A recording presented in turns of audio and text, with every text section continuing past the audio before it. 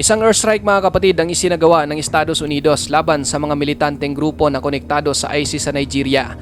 Ayon sa mga ulat, target ng operasyon ang mga pinaniniwalaang kampo ng grupong ISIS West Africa Province o yung tinatawag ding ISWAP, isang sangay ng ISIS na matagal nang aktibo sa rehiyon. Ang hakbang na ito ay sinagawa matapos ang sunod-sunod at dokumentadong ulat ng brutal na mga pag-atake laban sa mga Christian community. Ayon sa mga opisyal ng US Department of Defense, ang isinagawang operasyon ay isang precision strike na idinisenyo upang tamaan lamang ang mga target na militanteng grupo at maiwasan ang civilian casualty. Ang naturang airstrike mga kapatid ay isang malinaw na mensahe ng Amerika na hindi na nila palalampasin ang walang humpay na karahasan, lalo na ang mga pag-ataking tumatama sa mga inosenteng sibilyan at relihiyong minorya.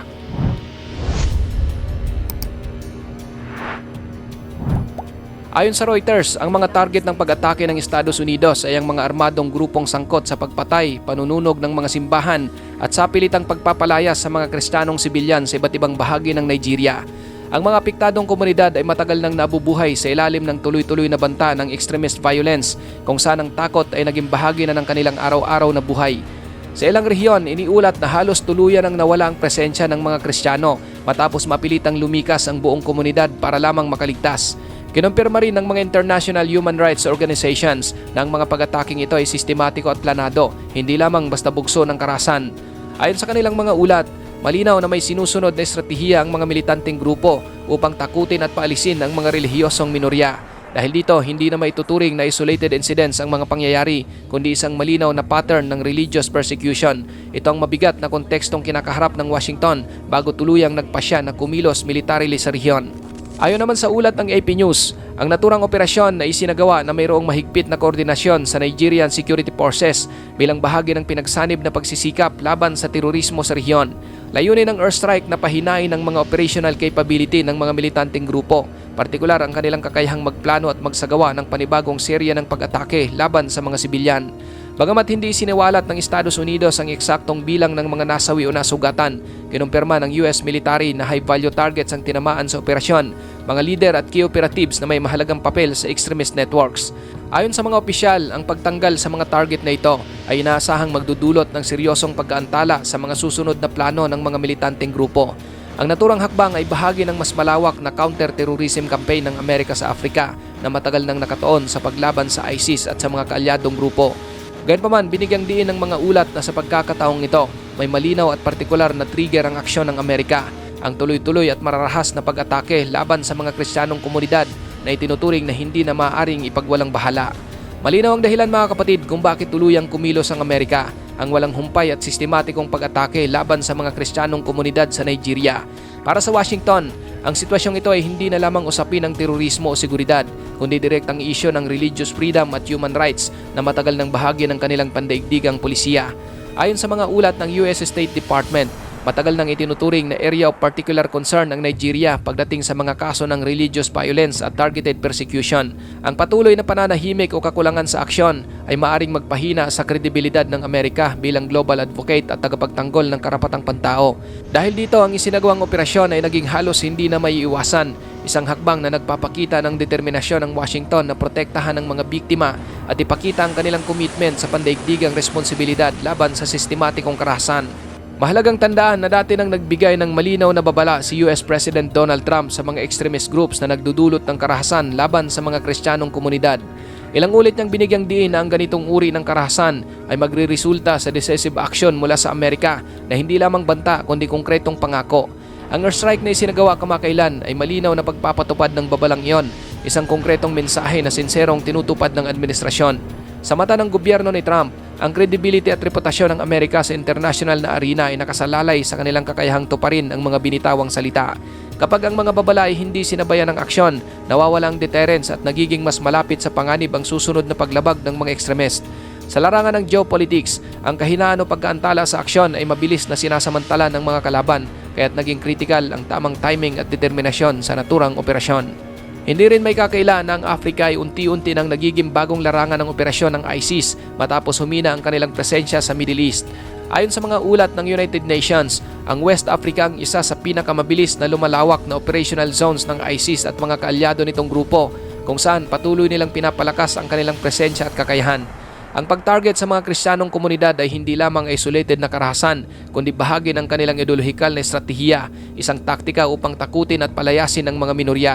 Alam ng Estados Unidos na kung pababayaan ang ganitong aktibidad, maaring lumawak ang impluensya ng extremist group sa rehiyon na magdudulot ng mas malawak at mas matagal na destabilization. Kaya't ang isinagawang airstrike ay hindi lamang depensa ng isang komunidad, kundi isang hakbang upang pigilin ang mas malaking banta bago pa man lumakas ang kapasidad ng mga militanteng grupo.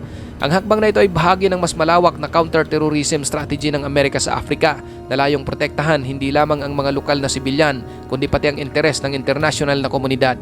Para sa Amerika, may malinaw na geopolitical interest ang Nigeria na hindi dapat baliwalain bilang isa sa pinakamalaking ekonomiya sa Africa at isang mahalagang security partner. Ang katatagan ng bansa ay may direktang epekto sa regional at pandaigdigang seguridad. Kapag tuluyang nabigo ang estado na pigilan ng religious violence at extremist attacks, maaaring magdulot ito ng state fragility, isang sitwasyon kung saan humihina ang kakayahan ng gobyerno na kontrolin ang teritoryo at protektahan ang mamamayan. Ang ganitong kahinaan ay perpektong kondisyon para sa pag-usbong ng terorismo at mas malawak na destabilization na nagiging banta hindi lamang sa Nigeria kundi sa buong rehiyon. Kaya't ang aksyon ng US gaya ng kamakailang airstrike ay may malinaw na layunin, patatagin ang rehiyon at pigilan ang paglawak ng impluensya ng extremist. Hindi ito simpleng gawaing humanitarian o charity. Ito ay strategic calculation, isang hakbang na pinagsasama ang proteksyon sa mga sibilyan at pagtatanggol sa interes ng Amerika sa Africa. Gayunpaman, may kakibat ding panganib ang military intervention sa ganitong konteksto. Ayon sa ilang analyst na sinipi ng Reuters, ang mga airstrike ay maaaring gamitin ng extremist bilang propaganda at recruitment tool, kung saan ipapakita nila na ang Amerika ay isang external aggressor na sumasalakay sa kanilang teritoryo. Maaari nitong palakasin ang kanilang narrative at maghikayat ng bagong miyembro para sa kanilang mga hanay. Ngunit sa pananaw ng Washington, mas mapanganib ang hindi kumilos. Ang walang aksyon ay maaring magpadala ng mensahe na hinahayaan lamang nila ang walang humpay na karahasan laban sa mga Kristiyanong komunidad na sa huli ay mas lalo lamang magpapatibay sa extremist narrative. Kaya't pinili ng US ang mas agresibong opsyon gamit ang mga targeted military strikes upang pigilan ang karagdagang pag-atake at ipakita ang determinasyon ng Amerika na protektahan ang mga biktima habang pinapanatili rin ang strategic leverage sa rehiyon. Ngayon mga kapatid, sa naturang operasyon ng US, ang reaksyon ng Nigerian government ay maingat ngunit positibo, kung saan pinapakita nila ang pagkilala sa kahalagahan ng suporta ng Amerika sa kanilang laban kontra sa ekstremismo. Ayon sa AP News, tinanggap nila ang tulong ng US bilang mahalagang suporta sa counter-terrorism efforts, lalo na sa mga lugar na matagal nang apektado ng karahasan laban sa mga Kristiyanong komunidad. Ganun kinilala rin ng pamahalaan na hindi sapat ang airstrike lamang upang masugpo ang problema. Kailangan ng mas malalim at pangmatagalang reforma sa seguridad, ekonomiya at interfaith relations upang talagang mapanatili ang katahimikan. Ang ugat ng karahasan ay nakaugat sa kahirapan, kawalan ng oportunidad at pag-usbong ng ekstremismo na pinapalala ng kakulangan sa edukasyon at lokal na pamumuno. Kung hindi matutugunan ng mga pangunahing suliraning ito, malaki ang posibilidad na babalik-balikan ang karahasan na magpapatuloy sa cycle ng banta sa mamamayan at destabilization sa rehiyon. Ang kaso ng Nigeria ay malinaw na nagpapakita kung paano nagiging global issue ang lokal na religious violence kapag ang isang komunidad ay sistematikong inaatake. Hindi na lamang ito usapin ng lokal na seguridad kundi nagiging moral at strategic concern para sa mga superpower tulad ng Amerika. Para sa US, ang pagiging tahimik o pag-iwas sa aksyon ay hindi na opsyon sapagkat pinapakita nito na walang proteksyon sa mga biktima na maaaring magpalakas sa loob ng ekstremistang grupo.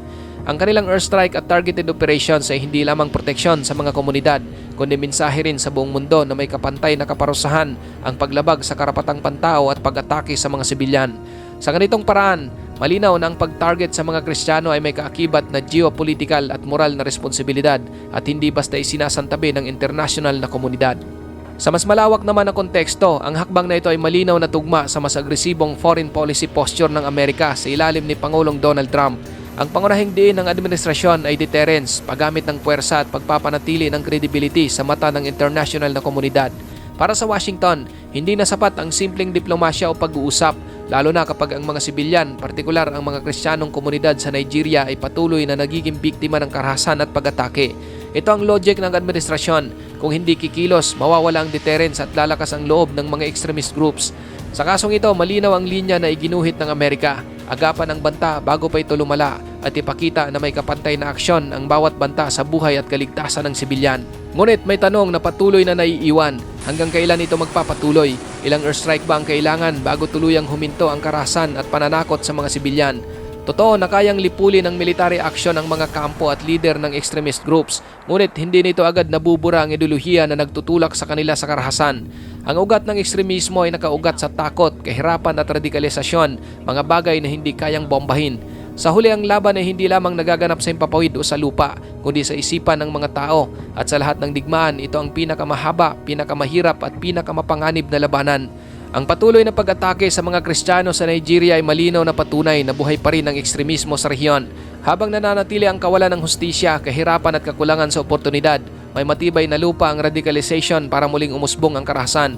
Ang airstrike ng US ay nagsisilbing pansamantalang solusyon, isang mabilis na aksyon upang pahinain ang kapasidad ng mga militanteng grupo at ipakita ang determinasyon ng Amerika. Ngunit kung hindi bubuuin ang pangmatagalang strategiya na sumasaklaw sa seguridad, ekonomiya, edukasyon at interfaith dialogue, mauulit lamang ang cycle ng karahasan. Ito ang malaking hamon na kinakaharap hindi lamang ng Nigeria kundi ng buong international community na nagnanais ng tunay na kapayapaan at katatagan sa rehiyon. Sa puntong ito, malinaw na ang aksyon ng Amerika ay may malinaw na dahilan at tiyak na target. Hindi ito basta-basta power projection o pagpapakita ng lakas sa rehiyon. Ito ay direktang tugon sa isang partikular na uri ng karahasan, ang sistematikong religious persecution laban sa mga Kristiyano sa Nigeria. Ang operasyon ay nagpapakita na may hangganan ng pasensya ng Washington at may kahandaang kumilos kapag ang mga sibilyan ay nasa panganib. Ngunit kasabay nito, binubuksan nito ang mas malalim na tanong tungkol sa global responsibility. Sino ang handang kumilos kapag ang pananampalataya ay ginawang dahilan sa pagpatay? Sino ang may pananagutan sa pagprotekta sa mga karapatang pantao at pagpigil sa ekstremismo? At higit sa lahat, paano may papatupad ang pangmatagalang solusyon upang hindi lamang pansamantala ang kapayapaan kundi tunay na katatagan sa rehiyon? Sa huli mga kapatid, ang panibagong pag-atake ng US sa Nigeria ay hindi lamang simpleng military operation laban sa ISIS o ISWAP. Ito ay malinaw na pahayag na ang karahasan laban sa mga Kristiyano ay hindi maaaring baliwalain at may kaakibat na responsibilidad ang international community. Ngunit kasabay ng operasyon, ipinapakita rin ito ang limitasyon ng puwersa na kahit gaano pa katumpak at epektibo ang airstrike, hindi nito agad naaalis ang ugat ng ekstremismo, kahirapan at radikalisasyon sa rehiyon. Kung hindi matutugunan ang mga pinagmumulan ng karahasan, mananatiling marahas at delikado ang hinaharap para sa mga sibilyan. At higit sa lahat, sa digmaang ito, ang tunay na laban ay hindi lamang sa armas at militar na lakas, kundi sa kung anong uri ng mundo ang ating pinapayagang mabuo, kung saan may hustisya, seguridad at proteksyon para sa lahat, lalo na sa mga pinaka-nanganganib na komunidad. Ikaw kapatid, ano ang masasabi mo sa videong ito?